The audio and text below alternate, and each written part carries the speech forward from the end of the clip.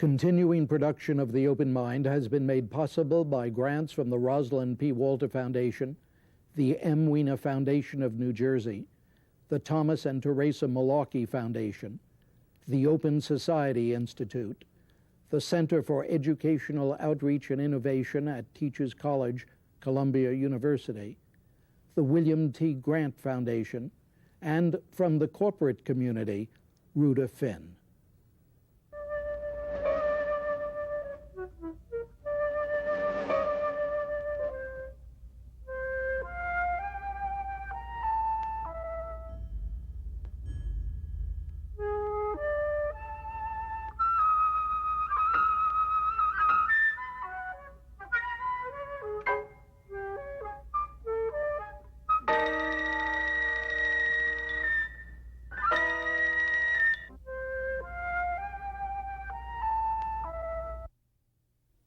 I'm Richard Heffner, your host on The Open Mind, and my guest today, born in Puerto Rico, is nevertheless a New Yorker through and through.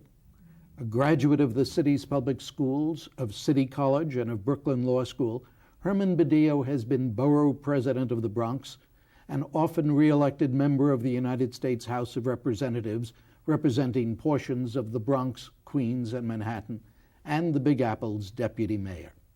Well, now Mr. Badillo faces perhaps even a greater civic and political challenge as the new chairman of the Board of Trustees of the City University of New York.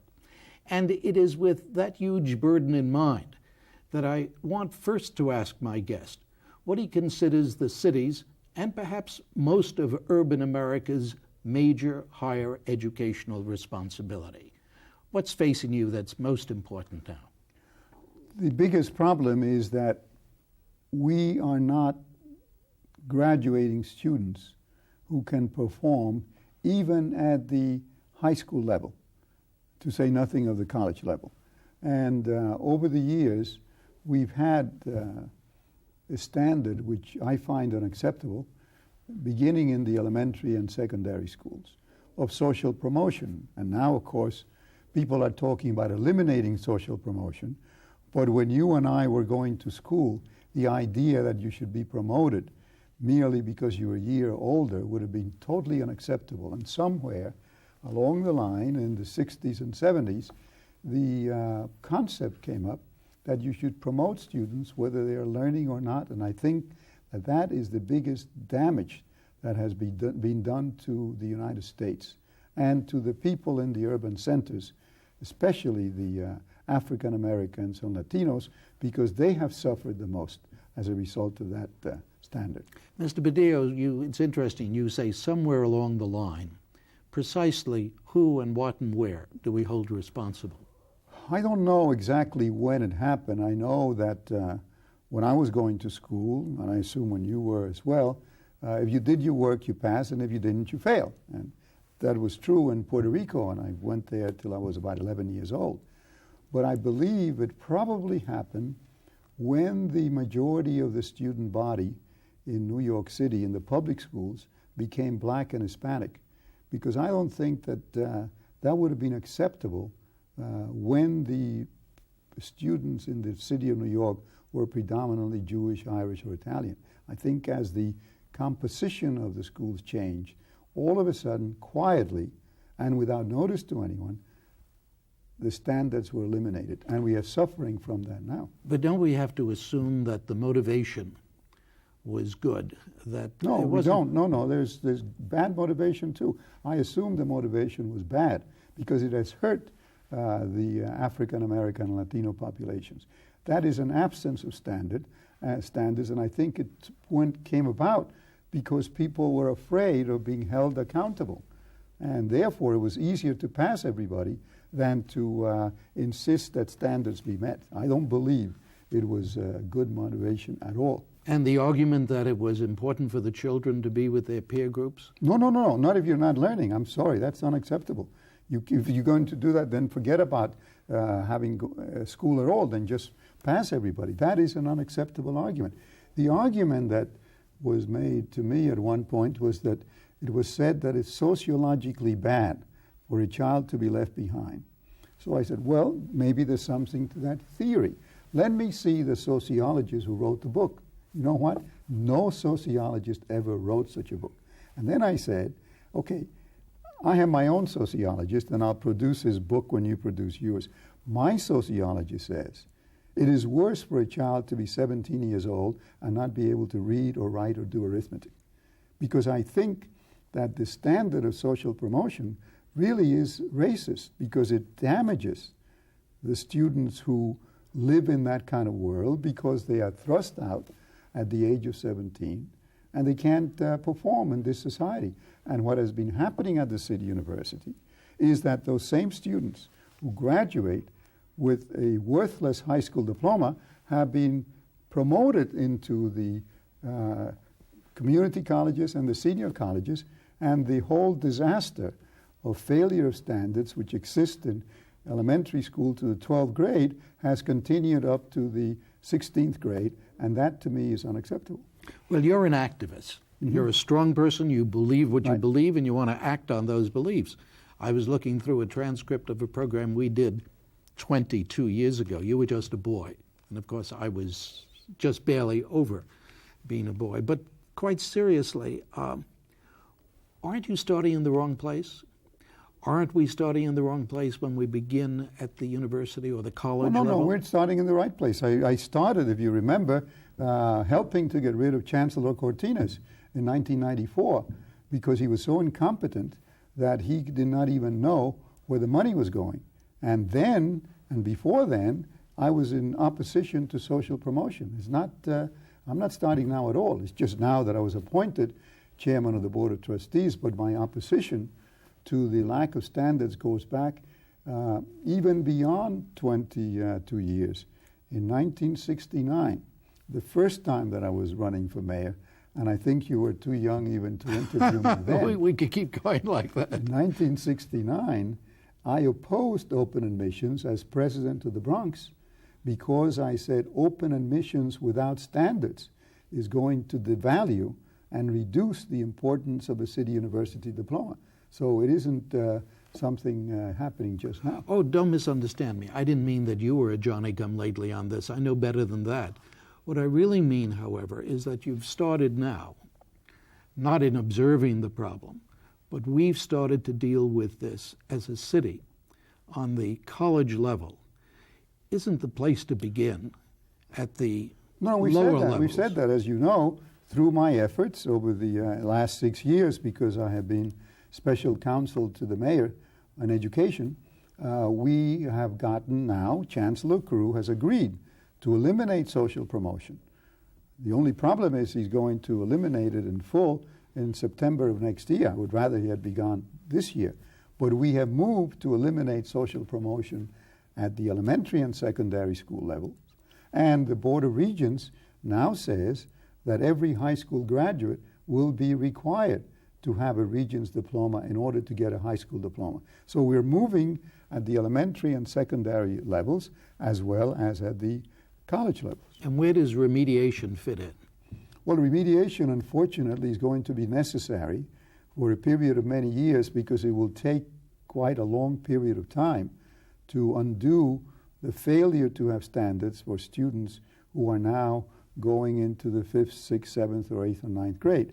What we are proposing at the City University is that we begin to implement a program which we call College Now at the high school level, that we at the City University begin to work with the students in all of the high schools. In the 9th grade, we test them in the 9th grade to find out how much up to grade level they are, and work with them in the 9th, 10th, 11th, and 12th grade to ensure that when they graduate from high school, they are ready for college work. When you say we, who are the we? We is the City University. We have already tested out this program in about 70 schools, high schools, primarily at Kingsborough Community College. And we have tested it out in the 11th and 12th grade. But what we, and meaning me and the other trustees and Chancellor Matthew Goldstein, whom I just brought in as the new Chancellor of the City University, we are going to be meeting with Chancellor Crew and with William Thompson, the President of the Board of Education, to expand this successful program into the 9th grade and in every high school in the city in order to ensure that less remediation is required. The argument, I gather, was that you and others did not want remediation at the university level, at the full 4-year college level. You wanted it to take place before then. Yes, we want to ensure that before a student is matriculated for a senior college, that they have completed the high school work and that any remedial education that is required before they are, in order to get them ready for college, will be secured in advance. In other words, if we understand that many students, because of the failures of the elementary and secondary school system, unfortunately require remedial work. It's not their fault. It's the fault of the system. It's the fault of the social promotion system. But what we say is they should be getting that remedial education first and get it out of the way and be prepared for college, for senior college, before they matriculate into a senior college. You say it's the fault of the earlier years of education, of social promotion. Are we doing enough as a society to support our schools so that the concept of social promotion can be moved aside and that we have the adequate teaching staff? Oh no, we're not doing enough. Schools? We're not doing enough, but the concept of social promotion was outrageous, and to me it's racist. We can never justify, even if it was only $1 in the public school system, using the concept of social promotion. The concept of social promotion is totally unacceptable as an excuse for the failure of the schools to perform. Yes, there's much more that the schools need to do, but first and above all, there has to be a standard for educating. There is such a thing as reading and writing at grade level to allow the students to move on and on and on without being accountable is a tremendous disservice, not just to the students, but to the entire society. And it's a concept that, to me, is absolutely unacceptable. And what would be the drain on the public school system if we eliminate, as we now say we're doing, social promotion altogether? Do we have enough teachers to teach those who are held back while new children pour into the system? Of course we do. We do, because what we're doing is, we see, in the Black and Latino communities, the dropout rate from the 10th grade is well over 50%. Now that is really unforgivable, because today if you don't have a high school diploma, you got nothing. Your life has been ruined. So therefore, whatever the problem is, however the amount of students that have to be left back and given remedial assistance, we must do it. Now in the city of Chicago, for example, where they eliminated social promotion 3 years ago, they're leaving back about 25% of the students. In New York City, it may be higher, but it has to be done because we need to know what is happening to those who are not performing, and we also need to let those who are performing move ahead. You're suggesting, I believe, that I'm wrong in assuming that we're going to need more teachers and more resources if we eliminate social promotion, which in a sense was getting the kids out of the 12th grade earlier rather than holding them back. I don't know. I mean, I can tell you that we have a crisis now. I mean, my wife is a 7th grade teacher, and she has to deal with 150 kids every day. She has 38 kids in the class, 7th, 8th grade teacher in Manhattan. And that is, it makes it very difficult for anyone to perform. On the other hand, we also have a huge percentage of students in special education. I prepared an analysis of that subject in 1994 that showed that we are wasting $2 billion in special education because students are put in there and they don't really get any education at all, and nobody's ever accountable. So there are many, many things that need to be done by the public school system. Now, let me turn to Mrs. Badillo and what she thinks about the need of heightened resources. Well, she is against social promotion, too. She's one of the few teachers who gives the same curriculum to all the students, the so-called special progress students and the students who are behind. But it's very rare that teachers will do this. And she also understands, as you and I do, that teaching 38 kids in a class means that they're not going to get the attention that they require. So obviously, all of us would be very happy to have smaller classes. All of us would be happy to have additional resources. And I certainly am in favor of that. But in addition to that, we also need to have real standards.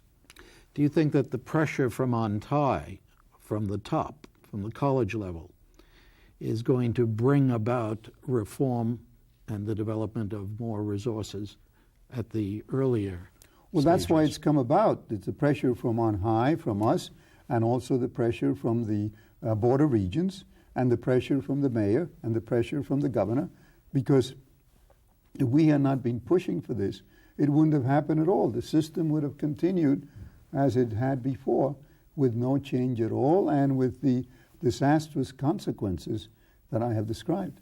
Now, you talk about Chicago. What's been the result in Chicago? The result in Chicago is that a system has been established where if you do your work, you pass. You don't do your work, you are left behind, and you are given remedial assistance. As a result of that, 25% of the students have been left behind. They've been getting remedial assistance, and the system has moved on far better because I am told the reading levels and the performance is better than it was several years ago. And in other great urban centers? Well, apparently it's been tried and tested in Texas. I understand that it has been Governor George Bush has established it in the areas of Texas. But now we have even the President of the United States, Bill Clinton, has come out against social promotion. So I believe that now we should be able to eliminate it, perhaps once and for all, from every school system. Why haven't these kids performed up to snuff, those who have been socially promoted? Well, one of the reasons is if you're not required to perform, you're never evaluated, you don't find out until it's very late. I met some time ago with students from Borough Manhattan Community College who were very upset because for the first time they found out they didn't have a real high school diploma. They thought they did because they had been promoted and they got a high school diploma.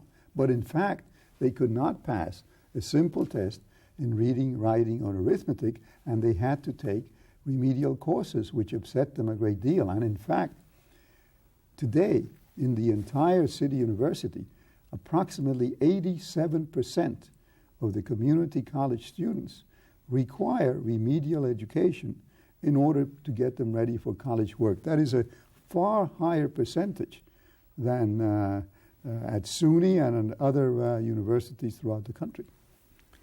Why is that the case? SUNY is dealing largely with the same population. No, SUNY gets kids primarily from the suburban areas. And you're saying there they don't believe in social... They don't know. It's primarily a problem of urban centers, as I indicated at the beginning of the program, primarily a problem of the areas which become predominantly African American and Hispanic.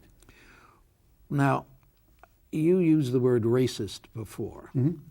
Tell me how you use the phrase. Why do you say racist? Because I don't think when the system was white they would have had such a system, because they would have been held accountable. Somehow, when the public school system became black and Hispanic, quietly the issue of social promotion came about. And it's racist because it damages the students. It allows them to go on without learning. And in many cases, they drop out of high school, as I've indicated. And if they graduate from high school, they really haven't finished high school at all because they're totally unprepared. That is a system that absolutely racist from my point of view. What do you think is going to happen now? Well, I hope that the system, the social promotion system, will be permanently eliminated. Okay. What's going to happen to the educational level in the the educational city? level will improve because, to me, blacks and Hispanics can learn like anybody else. I mean, we in Puerto Rico have been running a society since well before the Pilgrims got here. And There's no reason why Hispanics, why African Americans cannot learn like anybody else. There's no need to be afraid of the ethnic composition of people. Everybody can learn, but you have to have the same standards. You cannot lower the bar when the ethnic composition changes, because that is hurting the people where you're lowering the bar and not helping the society. But don't you think, to a large extent, social promotion was a response to poorer and poorer teaching or poorer and poorer educational facilities? If so, it was a response that was absolutely unjustified. I don't know whether that's the case or not, but I do know that in many, let me take the Hispanic community, which I know very well. Most of the Puerto Rican parents that I know didn't know that their kids were being promoted automatically, because they would get a report card saying that the student passed. And obviously, you think if you come from Puerto Rico or from Latin America, where teachers are highly respected, you would think that the students were learning. The parents were not told that everybody passed, so that it was misleading a whole group of people about what was going on. One of the reasons I like to talk about this directly on television and wherever I can is to let people know what has been happening, to let people know, the parents know, that in fact there has not been a meaningful educational system in this city, and that has to change. But you see, when you say there hasn't been a meaningful educational system in this city, it does take two to tango. And the perhaps in your estimation the most important element of the deterioration of the educational structure was social promotion. But wasn't that in itself a result of diminished resources going into our schools, not just an ideological... I'm sorry, no matter, as I mentioned before, no matter how much or how little money there is, there have to be standards. I do not accept that because you feel you don't have enough money, you throw out all standards. That's an unacceptable theory in any aspect of society. But you see, you're responding to my question as if I were saying, well, isn't it appropriate then that we had social promotion? I'm not saying that at all. No, but it did happen, and therefore everybody looks for excuses to justify what happened. To me, there is no excuse. It's unjustifiable. And let me tell you that I'm the one fellow in this city who understands the budget, because I analyzed the budget of the Board of Education. Giuliani and I got rid of 2,500 administrators from the Board of Education, and nobody noticed in 1994. We identified that special education cost in this city in 1994 $23,598 per student, which is more than it cost to send a student to a private school in Manhattan, and the students didn't make any progress at all. So you say they're talking about lack of money. There's also a lot of money being wasted too, which anybody who knew how to analyze a budget as I did could have identified.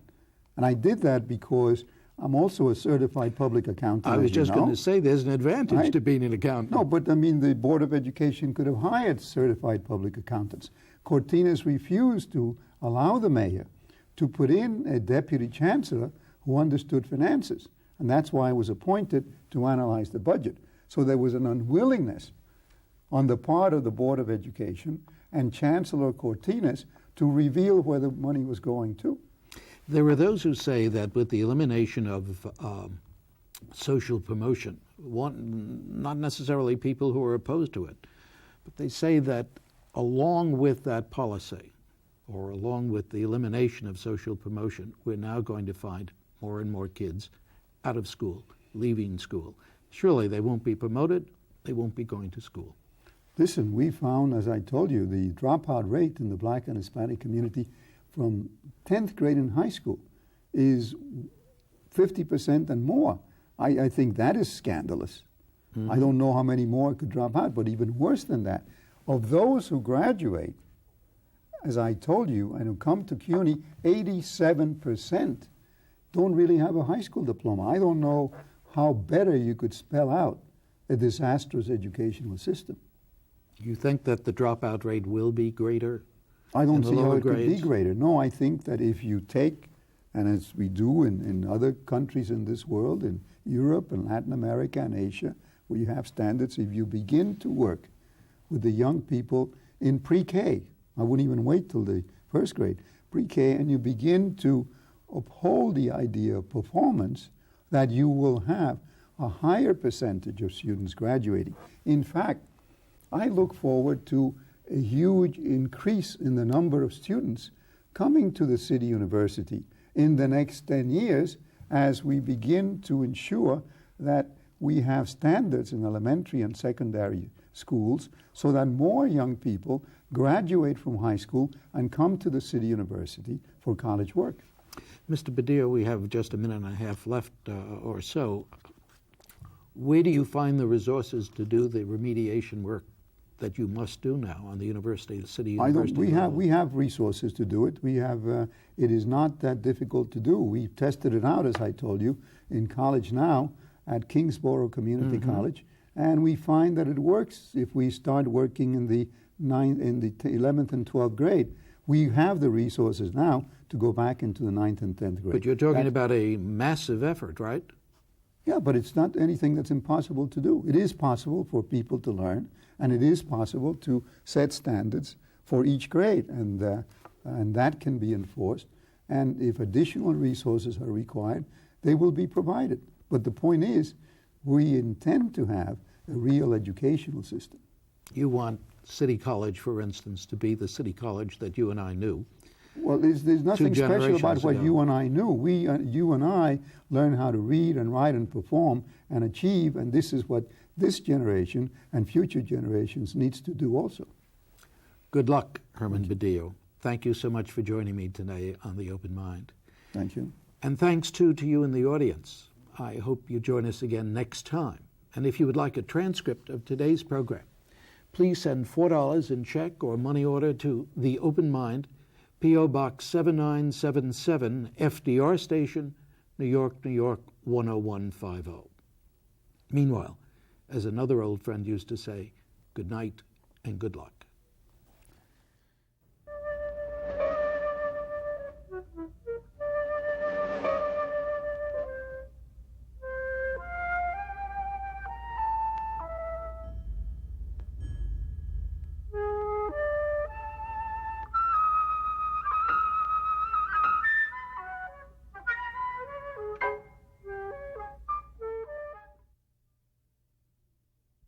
Continuing production of The Open Mind has been made possible by grants from the Rosalind P. Walter Foundation, the M. Weena Foundation of New Jersey, the Thomas and Teresa Malarkey Foundation, the Open Society Institute, the Center for Educational Outreach and Innovation at Teachers College, Columbia University, the William T. Grant Foundation, and from the corporate community, Rhoda Finn.